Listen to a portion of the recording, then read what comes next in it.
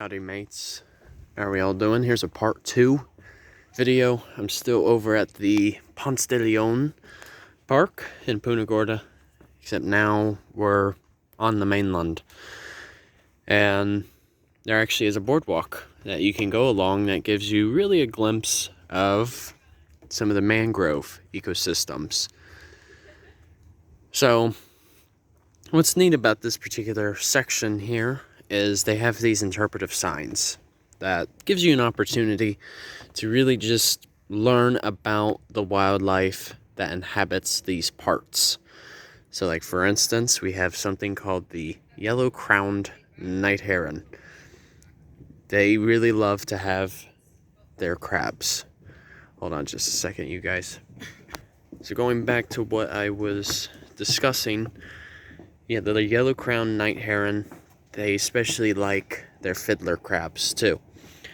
Now, fiddler crabs, what's unique about them is their particular claws. So like, I believe it's usually their right claw. It appears larger than practically any other part of its body. And it also resembles the shape of a fiddle, which, for those of you who don't know, that's essentially a stringed instrument. Now, usually, as a defense mechanism, these fiddler crabs can let loose of those claws, in case if they need to get away from a predator. And the neat thing about crabs, in general, most times, they have that ability to allow their claws to grow back. And that's why oftentimes the debate between consuming shrimp and crabs, it's been found that crabs can actually be a better sustainable food source, because most people like to consume the claws, and usually those have the ability to grow back. Unlike shrimp, they don't really have those claws, so essentially their lives have to be put to an end.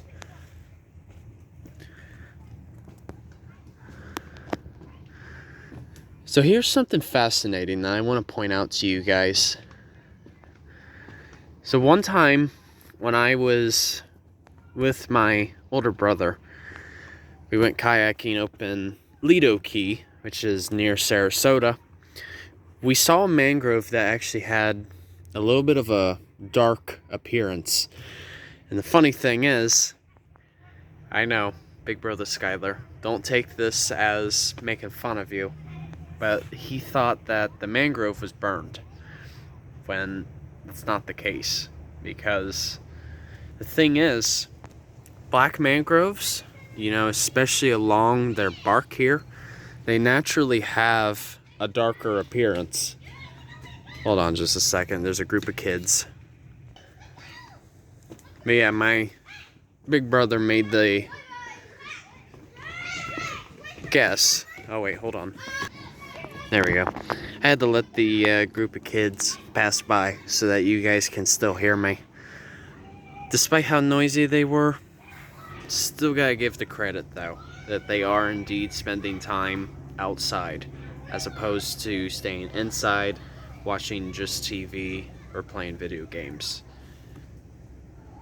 So, gotta turn that negative into the positive, you know what I'm saying?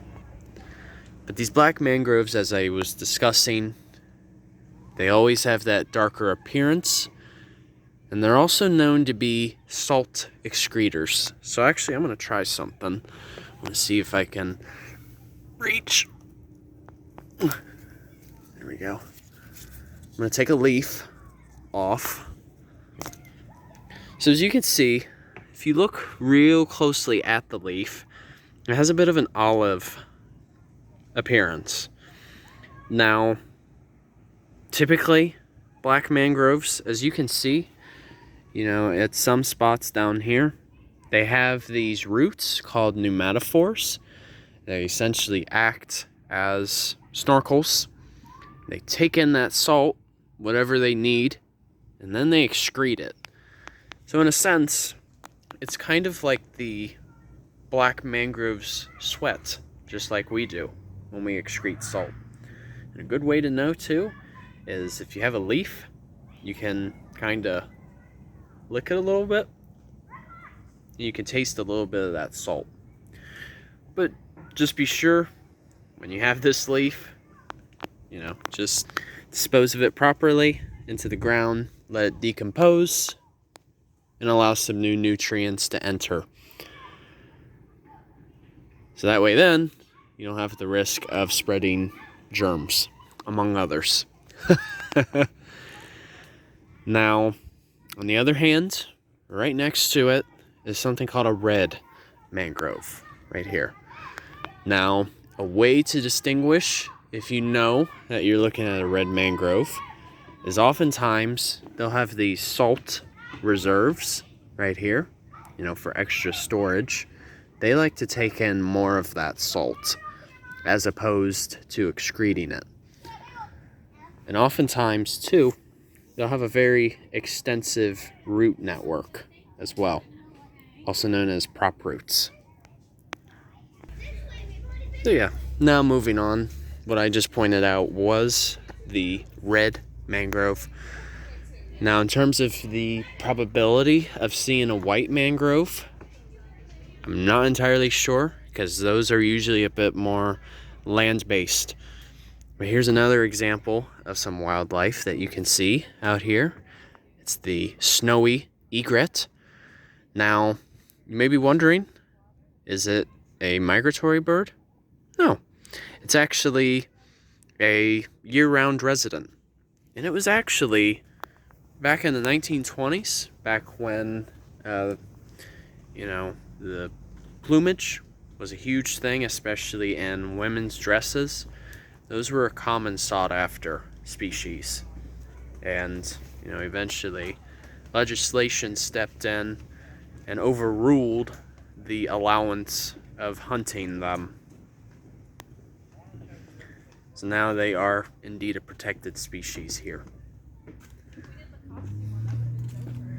Now you may be wondering, when you saw the term egret, and then just right up here, we've got the sign for little blue heron. This is actually a perfect opportunity for me to discuss the difference between an egret and a heron. So, one thing to look at between an egret and a heron is to really look at their legs. So like most egrets, they have a bit of like a yellow color, like a yellow appearance on their legs, especially down towards their feet. But on the other hand, herons, their legs are completely dark. So it's so that's one difference to look for.